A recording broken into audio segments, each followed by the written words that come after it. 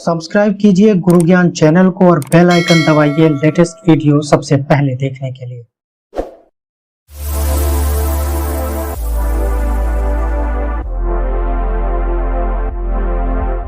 नमस्कार दोस्तों, गुरु ज्ञान आईएएस के ऑडियो आर्टिकल प्रोग्राम में आपका स्वागत है।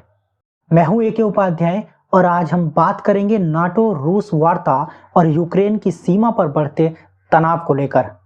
चलिए आर्टिकल की शुरुआत करते हैं, जानते हैं कि ये चर्चा में क्यों है। जुलाई 2019 के बाद पहली बार 12 जनवरी 2022 को ब्रसेल्स में नाटो रूस परिषद यानी एनआरसी का आयोजन किया गया। यह वार्ता यूक्रेन रूस की सीमा पर लगभग 1 लाख रूसी सैनिकों की तैनाती के कारण बढ़ रहे तनाव के मध्य आयोजित की गई है। हाल ही में नाटो के विस्तार तथा यूक्रेन सीमा पर रूस के सैनिकों की तैनाती के संदर्भ में संयुक्त राज्य अमेरिका तथा रूस के मध्य हुई जेनेवा वार्ता असफल रही थी। अब जानते हैं कि नाटो यानी नॉर्थ अटलांटिक ट्रीटी ऑर्गेनाइजेशन क्या है और इसका गठन कब किया गया था। उत्तरी अटलांटिक संधि संगठन यानी नाटो उत्तरी अमेरिका और यूरोप के 30 देशों का एक गठबंधन है जो 4 अप्रैल 1949 को हस्ताक्षरित किया गया था। यह उत्तरी अटलांटिक संधि के लक्ष्यों को पूरा करने के लिए प्रतिबद्ध है। संधि के अनुसार नाटो की मौलिक भूमिका राजनीतिक और सैन्य तरीकों से अपने सदस्य देशों की स्वतंत्रता और सुरक्षा को संरक्षित करना है। नाटो संकट प्रबंधन और शांति व्यवस्था की स्थापना में महत्वपूर्ण भूमिका निभा रहा है। देखते हैं नाटो रूस के संबंधों के विकास को।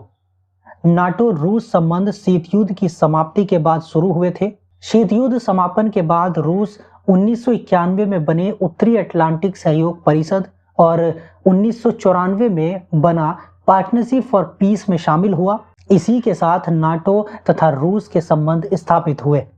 दोनों पक्षों ने 1997 में परस्पर साझेदारी व साझा हित के आधार पर एक स्थिर, सुरक्षित और अविभाजित महाद्वीप के निर्माण के लिए एक दूसरे से सहयोग करने की पारस्परिक प्रतिबद्धता व्यक्त की।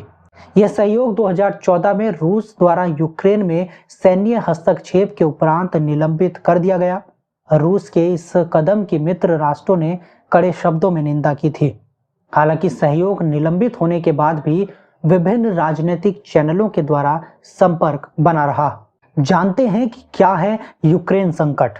यूक्रेन यूरोपीय संघ और रूस दोनों के साथ सीमा साझा करता है, परंतु पूर्ववर्ती सोवियत संघ का भाग होने के कारण रूस के साथ इसके गहरे सामाजिक और सांस्कृतिक संबंध हैं।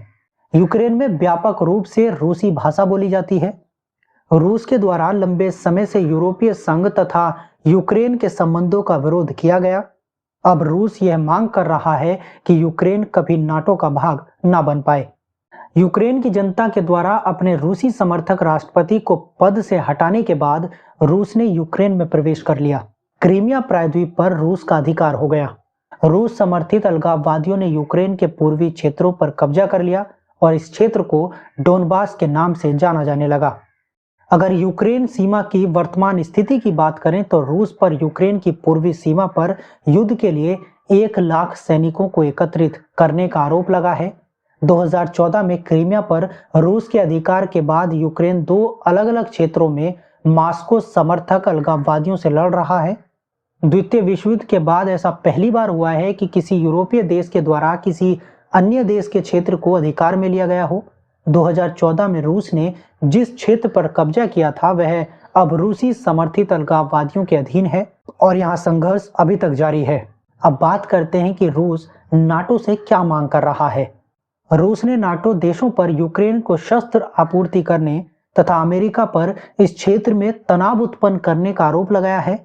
रूस निरंतर यूक्रेन विद्रोहियों के अधिकार वाले क्षेत्र में अपना प्रभाव बढ़ा रहा है। इस क्षेत्र के 5 लाख लोगों को रूसी पासपोर्ट प्रदान किया गया है। इस स्थिति में यदि रूस के द्वारा की गई मांग नहीं मानी गई तो वह कार्यवाही कर सकता है। इस कार्यवाही को रूस अपने नागरिकों जिन्हें पासपोर्ट दिया गया है उनकी रक्षा के लिए अपने द्वारा उठाए गए कदम के रूप में बताकर न्यायोचित ठहरा सकता है। रूस की मुख्य मांग नाटो के विस्तार को पूर्वी क्षेत्र जिसमें यूक्रेन और जॉर्जिया शामिल है उसमें रोकने की है।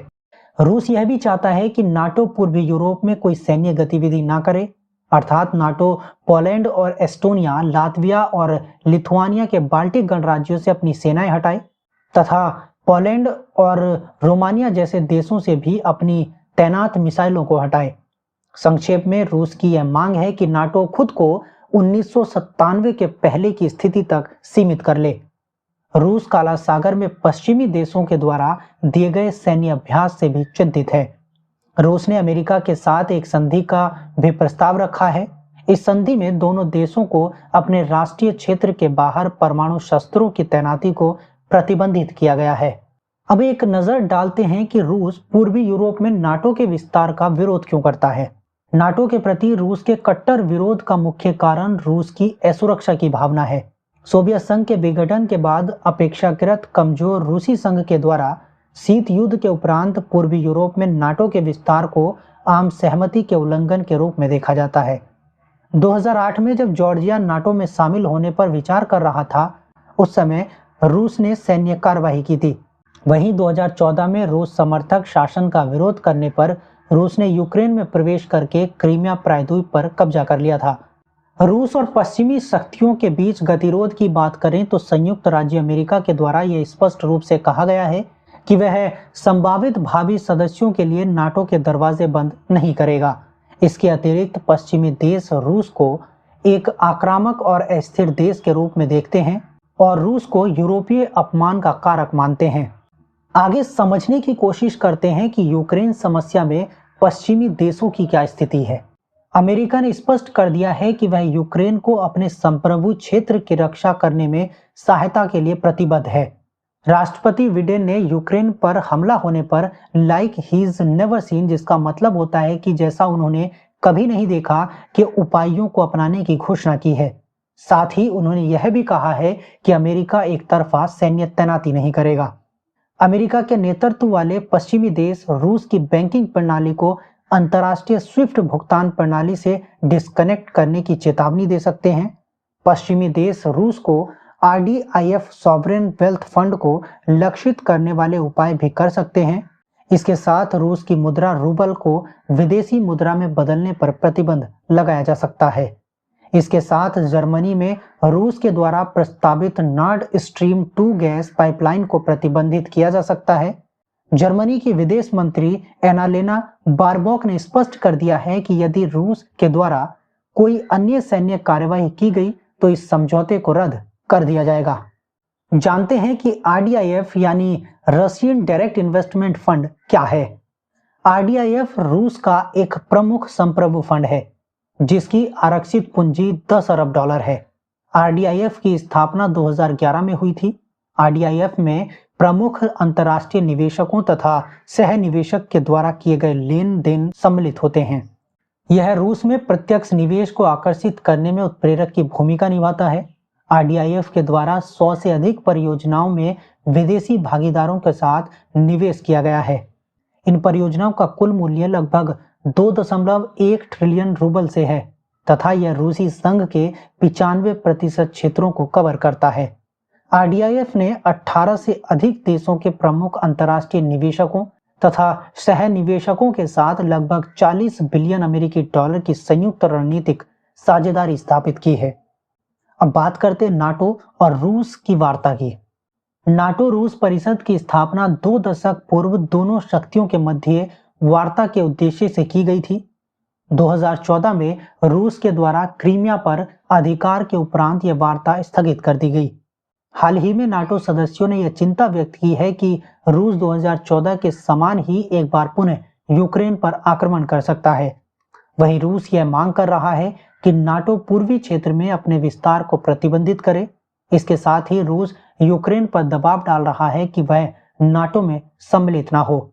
12 जनवरी को आयोजित की गई बैठक के पहले नाटो सदस्यों ने यूक्रेन के साथ वार्ता की थी तथा रूस व संयुक्त राज्य अमेरिका के बीच भी वार्ता हुई थी। 12 जनवरी को हुई वार्ता रूस के लिए सीमित रूप से सफल रही है। हालांकि नाटो और रूस परिषद निकाय के मृतप्राय अवस्था के संदर्भ में यह महत्वपूर्ण रहा है कि इस वार्ता में कभी नाटो सदस्यों ने भाग लिया हो। 2014 में क्रीमिया पर अधिकार के उपरांत रूस को अंतर्राष्ट्रीय स्तर पर पाठ्यक्रम का सामना करना पड़ रहा था। इस वार्ता में नाटो ने मॉस्को तथा ब्रुसेल्स में अपने मिशनों को पुनः स्थापित करने की इच्छा व्यक्त की है, यह रूस के लिए एक बेहतर संकेत है। अब बात करते हैं निष्कर्ष की। रूस अभी भी क्रीमिया पर कब्जा करने में लगने वाले आर्थिक लागतों को प्रबंधित करने में लगा हुआ है। इसके साथ ही यूक्रेन संकट के कारण यूरोप तथा रूस के मध्य संबंधों में तनाव उत्पन्न हुआ है। हालांकि यूक्रेन पर की गई आक्रामकता रूस के सामरिक हितों को पूर्ण कर दे, परंतु यह रूस यूरोप संबंधों तथा उसकी आर्थिक स्थिति के लिए एक संकट सिद्ध हो सकती है। अगली वार्ता के दौरान रूस को यह ध्यान रखना होगा कि युद्ध के द्वारा किसी समस्या का हल नहीं निकाला जा सकता। वर्तमान समय में यदि व्यवहारिक दृष्टिकोण से देखें तो हमें पता है कि जॉर्जिया तथा यूक्रेन दोनों ही अलगाववाद से ग्रस्त हैं तथा इनके निकट भविष्य में नाटो में सम्मिलित होने की संभावनाएं दिख नहीं रही हैं। नाटो इस वास्तविकता का उपयोग रूस के तुष्टीकरण के लिए कर सकता है। वर्तमान संकट का समाधान करने के लिए सर्वाधिक आवश्यक यह है कि दोनों ही पक्ष अपनी शीत युद्ध वाली मानसिकता से बाहर निकलें। हालांकि संकट का समाधान ढूंढना आसान नहीं है, परंतु सार्थक संवाद तथा आपसी विश्वास के माध्यम से सामान्य स्थिति बहाल की जा सकती है।